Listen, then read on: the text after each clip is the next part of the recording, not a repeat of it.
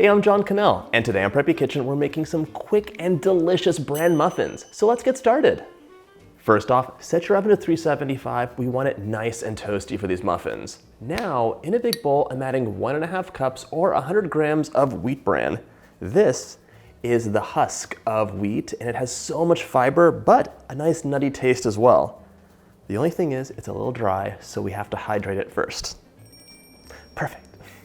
To turn this dry bran into a delicious muffin, we're starting off by adding 1.5 cups of buttermilk.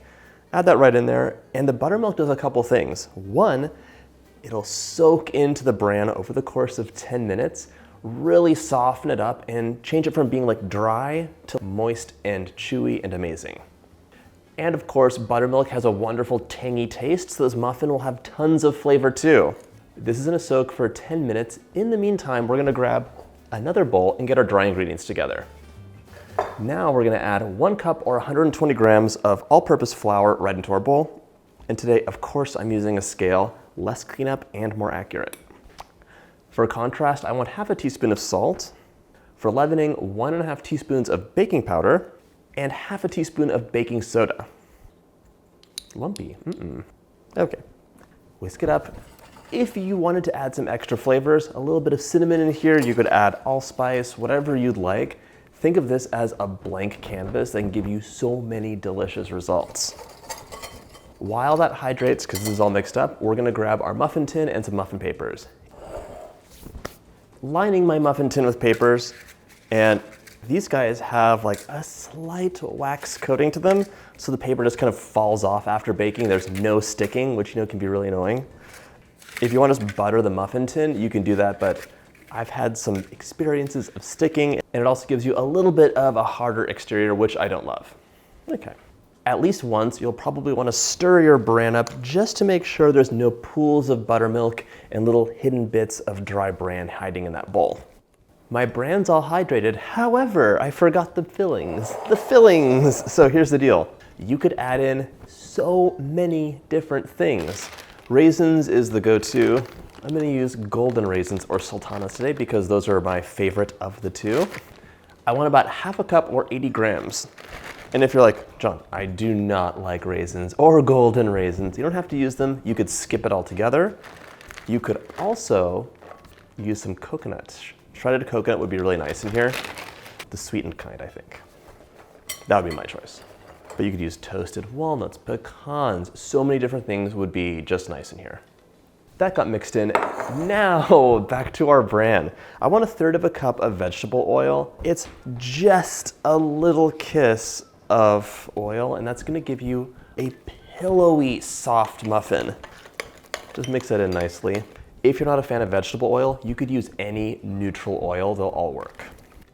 Okay, 1 egg, mix that in.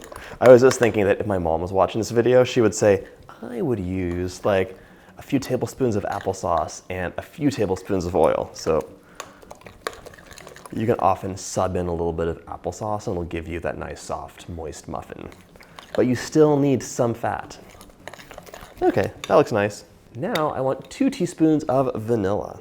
For a dash of sweetness, I'm adding half a cup of brown sugar. The brown sugar just has that much more of like a little molasses undertone, and it's gonna be really delicious in these muffins. Half a cup, 110 grams. Oh my gosh, it smells so good already. Stir that in. I'm just being very gentle so I don't overmix the batter. I'm gonna add the flour mixture in. Stir it until it is just combined. You do not wanna overmix your butter. You don't want to overmix your batter because that'll activate the proteins in the flour, and when your muffins come out of the oven, they'll look perfect. But those proteins will yank them back down and you'll have more of a denser, gummy texture, not melt in your mouth. So I'm just folding this in gently. Ooh, dried currants would work here. Dried cranberries, so many choices. Dried cherries. You can let me know in the comments if you have an add-in that I should try. This looks great. Now we can add our batter into our cupcake tins, about 1/4 cup per paper. You can finish these muffins off in a couple different ways. I'm gonna show you at the end. They're so snackable, and sometimes you just wanna grab and go breakfast, and these are perfect. And these muffins, by the way, I feel are totally underrated. I've been giving them to the boys for their snacks and they love them. For once, I've been conservative with my muffins and I actually have a little bit of batter left over to distribute.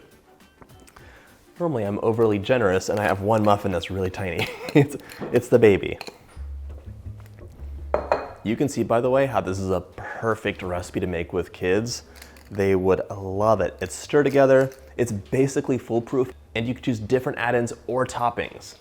Just for looks, I'm adding a sprinkle of bran right on top. It'll give you a little bit of texture and make them look a bit more interesting. It's totally optional though. I want a little dash of sweetness on some of them, so on half I'm adding just a bit of brown sugar, like a little tiny crumble. These guys are ready to go into the oven, 375 for about 20 minutes or until a toothpick comes out clean, and wait till you see the texture. I'll show you. Look at this release. Kind of magic. And look at this texture. Oh my gosh, they pull apart and they're pillowy soft.